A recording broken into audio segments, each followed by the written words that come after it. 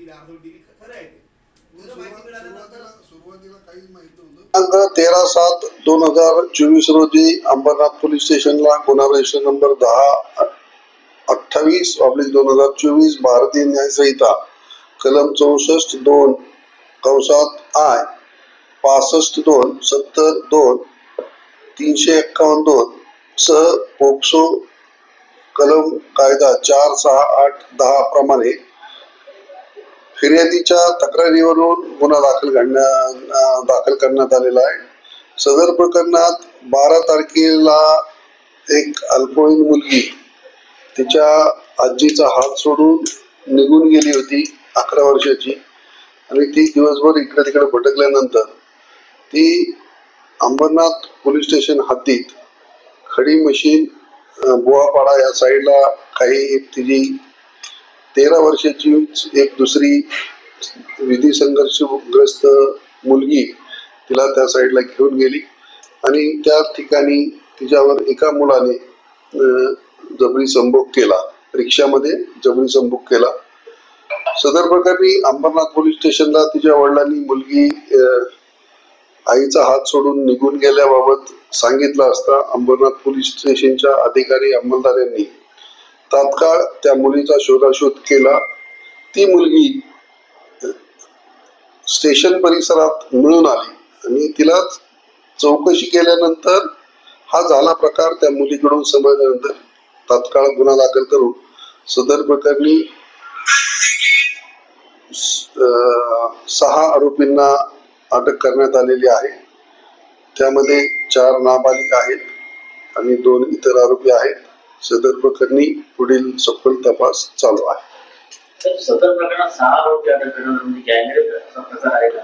नाही, त्याच्यामध्ये रेप तर एकाच मुलाने केलेला आहे, परंतु नवीन तरतुदीनुसार जर तिथं इतर मुलं त्या समूहात असतील किंवा सह आरोपी असतील तर ते पण आरोपी होतात. परंतु ऍक्च्युली त्या रिक्षामध्ये जे फुटेज मिळालेलं आहे किंवा जी माहिती मिळालेली आहे त्याच्यामध्ये तो प्रकार फक्त एकाच मुलाने केलेला आहे. अंबरनाथमध्ये घडलाय त्याबद्दल तुमची काय प्रतिक्रिया? अतिशय दुर्दैवी अशी माणुसकीला काळीमा फासणारी ही जी घटना घडलेली आहे. आम्ही सर्वजण या घटनेचा निषेध करण्यासाठी तसेच त्या पीडितेला न्याय मिळवून देण्यासाठी आज पोलीस स्टेशन मध्ये हजर आहोत. कारवाई ही कठोरात कठोर करण्यात यावी आणि जे बाकी फरारी जे आरोपी आहेत त्यांना लवकरात लवकर गजाआड करून त्यांच्यावर कठोरात कठोर कारवाई करण्यात यावी अशी आमच्या महिला वर्गाच्या वतीने आम्ही मागणी करतोय. अशा या घटना वारंवार होत असतात तरीही याच्याबद्दल सरकार दक्षता न घेता या आरोपींना जर फाशीची शिक्षा जर त्वरित देण्यात आली तर दुसरा कुठलाही ह्या घटनेची पुनरावृत्ती होणार नाही. म्हणून आम्ही सर्व महिलांच्या वतीने मागणी करतोय की या आरोपींना कठोरात कठोर शिक्षा देण्यात यावी.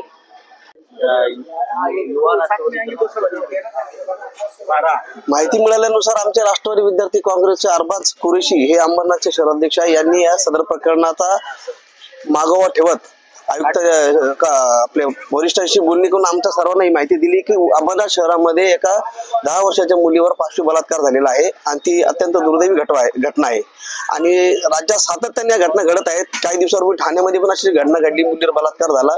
त्यामुळे बलात्कार करणाऱ्या आरोपीचा जात धर्म नसतो, कोणता पक्ष नसतो. पण या अंबरनाथच्या घटनेने असं माहिती मिळाली आहे का काही 6 आरोपी आणि मुलीच्या सांगण्याप्रमाणे 9 आरोपी आहेत काहीतरी, त्यातले 6 आरोपी अटक झालेले आहेत आणि उर्वरित 3 आरोपी यांना कोणता तरी राजकीय हस्तक्षेप असल्याचं माहिती मिळत आहे.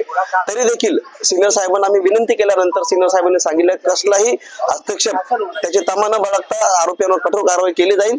सांगणं एवढंच आहे की या सरकारमध्ये नेमके चाललंय काय? गृहमंत्री करतायत का? सातत्याने बलात्काराच्या घटना घडत आहेत. गृहमंत्री कुठे आहेत? राज्य सरकार काय करत आहे? हा प्रश्न अनुत्तरित आहे. त्या प्रश्नाला उत्तर कधी मिळेल याचीच आम्ही सर्व राष्ट्रवादीच्या वतीने आम्ही इथे आलो आणि त्या प्रश्नाला वाचा फोडण्याचा प्रयत्न केला आणि त्या पीडितेला न्याय मिळावा अशी आम्ही या ठिकाणी मागणी केलेली आहे.